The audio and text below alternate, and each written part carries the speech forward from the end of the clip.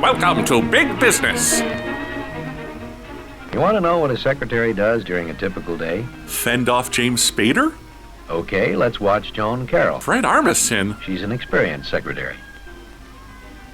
If you like, we'll follow her through the course of a day to get an idea of what her job is like. Here's a hint. It involved typing. She's a good sport.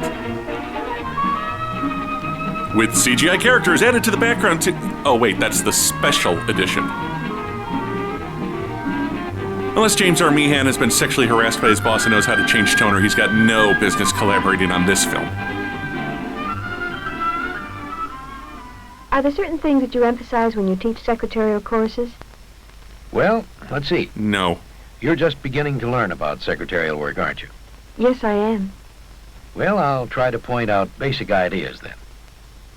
Notice, for example, that Joan is the first to arrive. It's Thursday afternoon. There's no one standing over her, telling her what to do. Oh, that'll change. Oh, better get to work before Mr. What am I paying you for shows up. Her boss has little time to supervise her work or to remind her of what has to be done. It's Joan who has to remind her boss of things he has to do. At 4 o'clock, Mr. Kramer's going to show up to beg for one more chance on prime time. Well, after that hard work, I'd say she'd earned herself a cigarette break. Oh, she rolls her own. Respect. Now, each morning, Joan types a memorandum card for him, listing his appointments for the day. Naturally, as a woman, she makes many, many mistakes. She takes the card into his office so he'll be sure to see it when he arrives. Is that a moose statue? Caribou? She also checks her boss's calendar and adds any other notes that should be included on his schedule. Noon, lunch with Draper at bar. Remember, no olives this time. Let's see, 5:30, fire Joan. What? Joan checks his dictation machine to see if he did any dictation the evening before. Insert joke here. She'll take the used belt and the notation slip that goes with it to make the transcription in her office. Wait, it's printing out a hospital ID bracelet. Is that a transcribing machine on her desk? Yes, it's one of several types in common use. Joan has become quite skilled in using this machine. All right, Joan, we're going to rock out to some Purple Rain.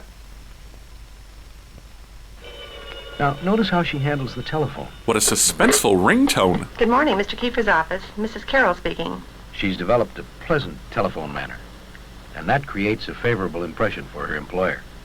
Oh, yes, certainly. Oh, he's going to have to call you back. I'm sorry, Mr. Kiefer is not in the office at the moment. May I take a message for him? Friendly, yet efficient. Yes, Mr. Kramer. I'll change your appointment to 10 o'clock this morning. If Mr. Kiefer can't make it for any reason, I'll call you back. What'chi, Mama?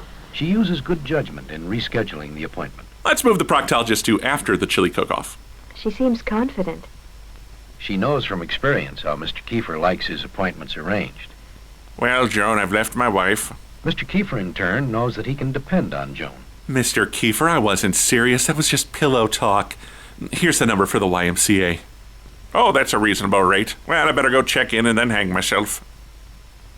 When he gives her a report to have typed, he knows that she'll read it through carefully and correct data, punctuation, and grammar before having it typed. It's spelled S-U-I-C-I-D-E, sir.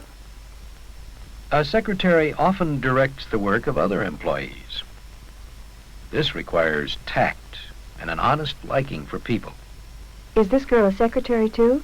Sally Anderson is a beginning secretary. She hasn't earned a boss. Part of her time is spent on routine typing. But she also takes dictation from salesmen in the office, transcribes letters, and assumes other secretarial responsibilities. Notice her dead eyes? That means the colony of spiders living in her hairdo is almost ready to burst forth and consume us all. Another of Joan's responsibilities is the mail. What does this involve? First, she sorts the mail. Letter from his wife. Letter from his wife. Correspondence, bills and statements, advertisements and circulars, newspapers and periodicals. She puts the personal letters, which Mr. Kiefer will want to open himself, to one side. Dry cleaning coupons and He same. opens the remaining correspondence for him. Another letter from his birth mother. Well, this should be good for a laugh before I toss it in the trash with the others. That seems simple enough. There's more. She dates the mail In some offices, this is done in a mailroom. Or the supply closet. She also checks to see if any enclosures are missing. Enclosures, you mean like Baboon Island at Brookfield Zoo? Lists material due under separate cover in the incoming mail register. I hate that separate cover charge. Attaches related correspondence to letters for Mr. Kiefer's reference. And reroutes mail requiring the attention of other people in the office. That's a nice stapling job. Joan takes care of routine inquiries herself. Joan has learned to handle these duties efficiently so that she remains calm and gracious when greeting visitors.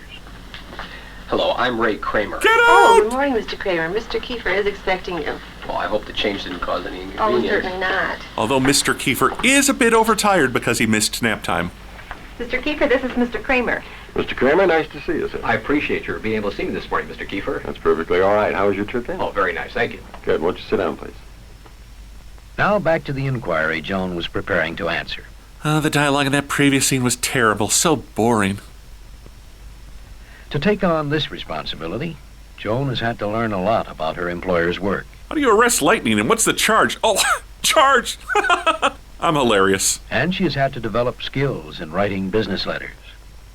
Are many secretaries capable of this? Certainly. If a girl's really Boo. interested in her employer's business, and if she's willing to work to develop new skills, there's virtually no limit to the duties she can assume. Anything from secretary to president of the company's mistress. Oh, I'm getting seasick. Sally takes over at Joan's desk when Joan goes to lunch. I'll be back in 10 minutes. Want anything? Half a saltine. I'm on a diet.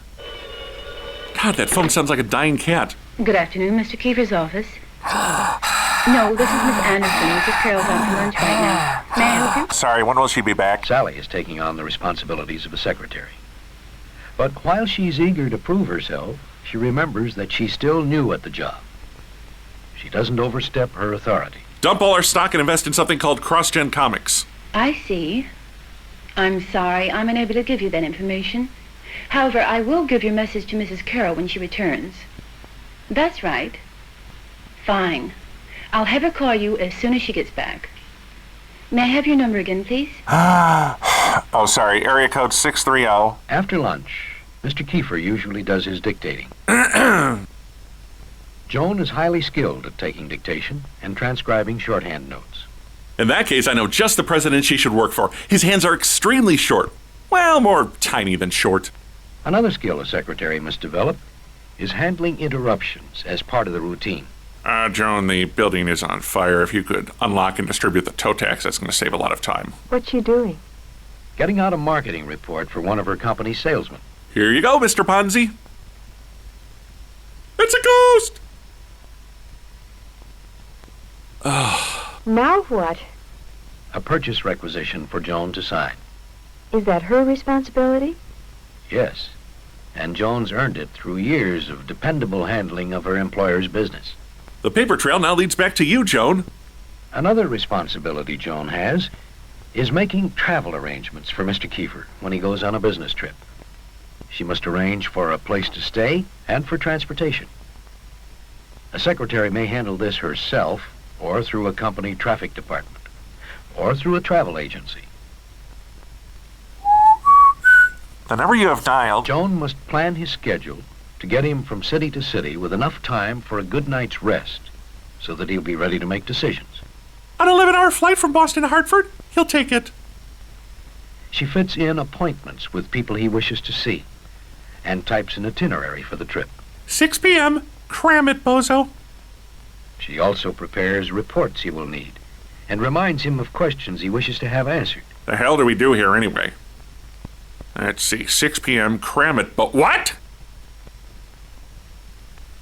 Well, have we finished our day now? Are you still here? Most of the girls have, Good answer. but Joan is not bound by the clock. Or a wedding ring. There are a few things yet to be done. Like ignore the unwanted affections of a wandering ice cream man. Letters to be mailed. Appointments to be noted for the following morning. And a card to prepare, congratulating Mr. Kiefer on his 25th anniversary. I've been here 30 years and I've never even had a raise. Is this important?